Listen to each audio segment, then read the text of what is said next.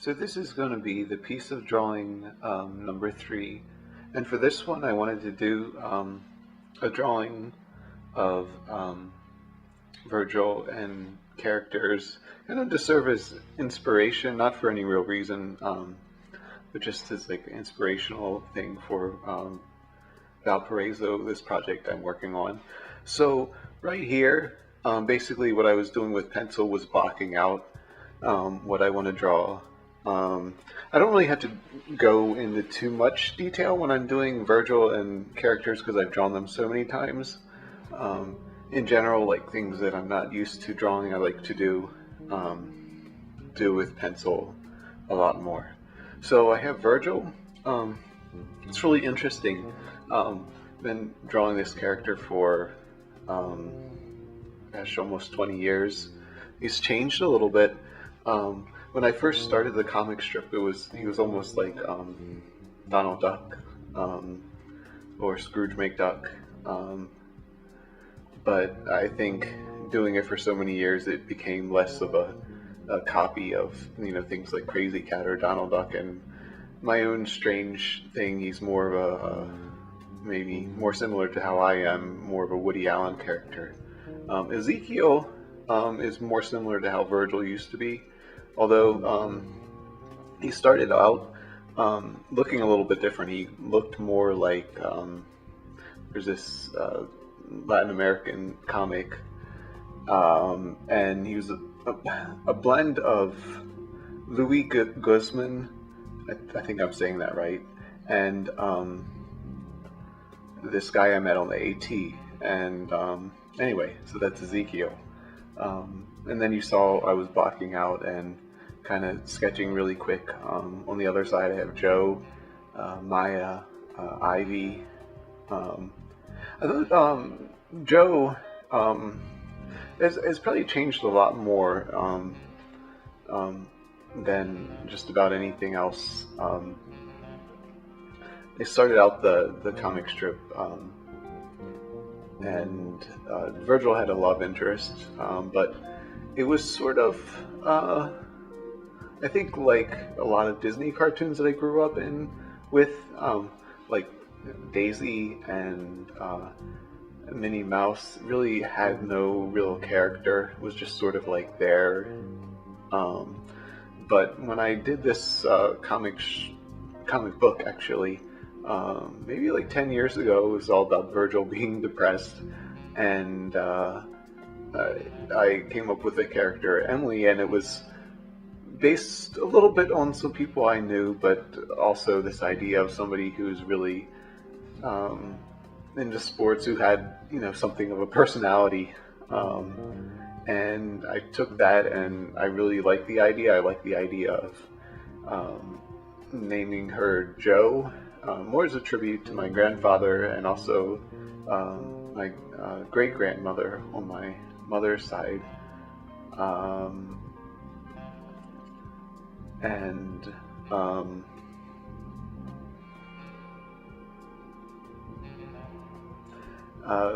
what else should I say about the town? The town hasn't really changed that much. I always meant it to be sort of this small town in the middle of the Appalachian Mountains. As I've grown older and things have influenced me, I think the influence of being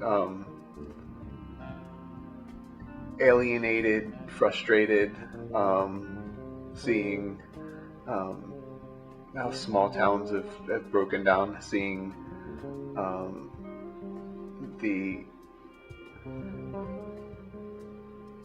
the changes in political climate. I'm not really good at talking about this, but I didn't prepare a script, so maybe this isn't the best thing.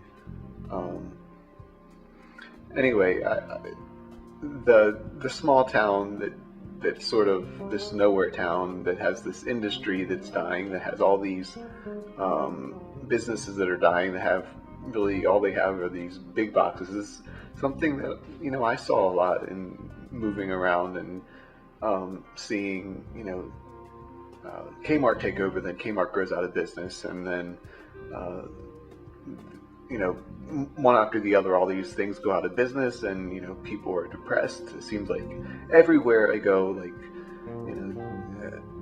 you have people who are depressed, but then you have people who are basically living like they're depressed, who are drinking every day when they get off of work, who are abusing their kids or abusing animals. Um, yeah. Some details about the town. So I kind of based a lot of it on the 1930s. I wanted to go and have a certain kind of feel to it. So you have like the light post. You have these really simplistic, kind of exaggerated um, signs. Like the H sign is for the happy hot dog, and you have the B sign for the big box stores. I kind of wanted to do something ridiculous and put the sign like the world is ending, but it's advertising for this cereal cafe, just something kind of ridiculous. Um, I drew this, you'll notice this newspaper right in the middle. Um, I thought, it's something that'll, draw attention to the middle. And it's one of those quirks that I've personally picked up. I could probably list a lot of other quirks and reasons why I do things.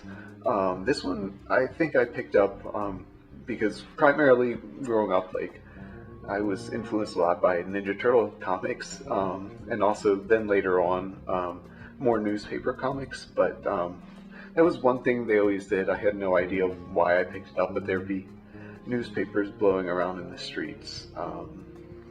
And it's an interesting comic book. It's actually, depending on what version you read, it's a lot. It's a lot different than any of the cartoon series. Especially if you get into the Laird comics, they're very much about real life, about loss. There's one story anyway called The River. Definitely recommend. So I'm getting off topic. What else do I want to say? So I'm purposefully not going into too much detail while I'm drawing this, and I'm gonna come back in and fill this out, and then make a link so that you can see the finished image. I noticed that I made a mistake. Ezekiel's half in front of Virgil and half behind him. But I purposefully am going through and doing this really fast, and then I'm coming in and later on and filling in the blacks, filling in some of the details. Again, this is more just something I'm doing for me than something I'm doing as a promotional piece. And this is something, it might seem like a waste of time, but that I'd like to do when drawing the comic, because it helps me to feel that the world is more real. It helps me to, get into the mindset of the characters, even though they're part of my own mind. It helps it for me to feel real.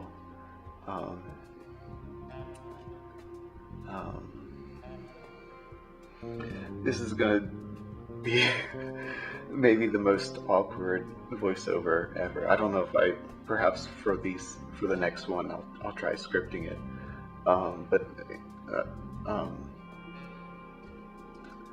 Yeah, what else can I say?